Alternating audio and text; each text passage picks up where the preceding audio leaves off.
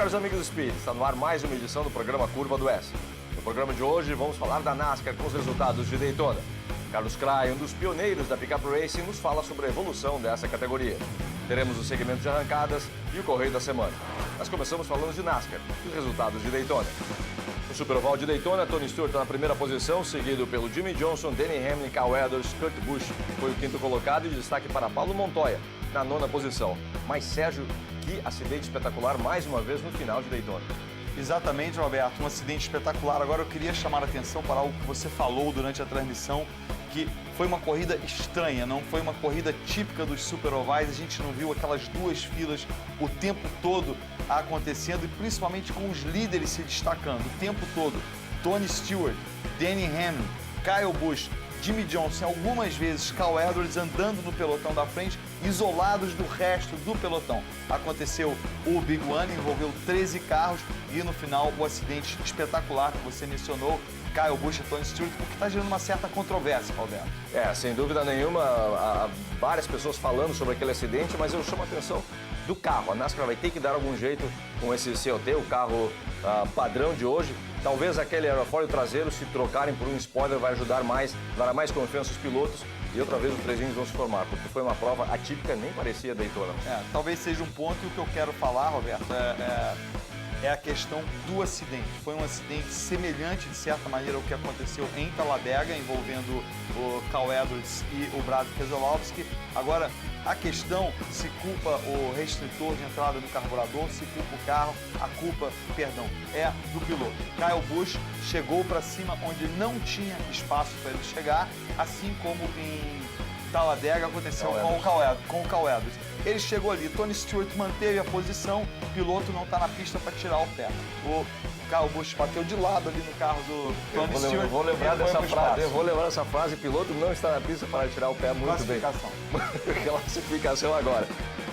Com esses resultados de Daytona, Montoya agora se solidificou na 11ª posição e Kasey Kahne subiu para a lista dos 12 melhores, lá em cima, do 10º até a primeira posição, basicamente não houveram mudanças. Cai Mark Martin e está chegando aqui na 14ª posição o David Rudman. Alberto, primeiro mantendo os líderes se mantém, Tony Stewart aumentou muito a diferença dele para Jeff Gordon, mas os primeiros se mantêm ali.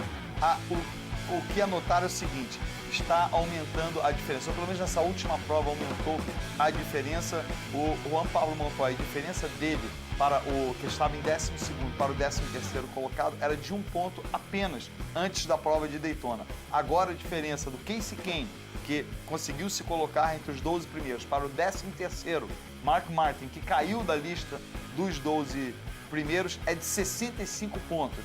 Portanto, a gente tem que prestar atenção nisso, faltando 8 provas para o Chase, serão os 12 pilotos que disputarão o campeonato. Contagem regressiva, apenas 8 provas antes do Chase. Agora é hora do automobilismo brasileiro com o segmento Maquineta do Tempo.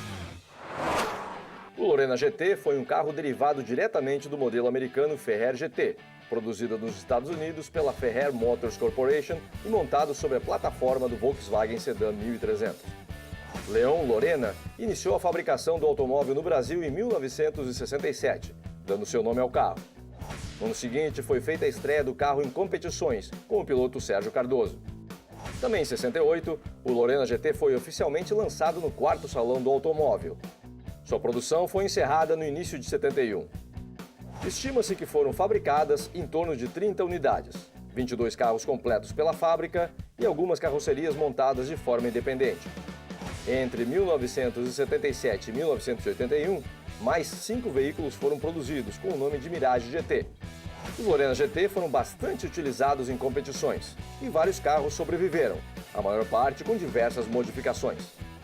Pela produção ter sido em pequena escala, praticamente artesanal, os Lorena GT possuem muitas variações de detalhes entre um e outro veículo, sendo difícil encontrar 2 carros idênticos.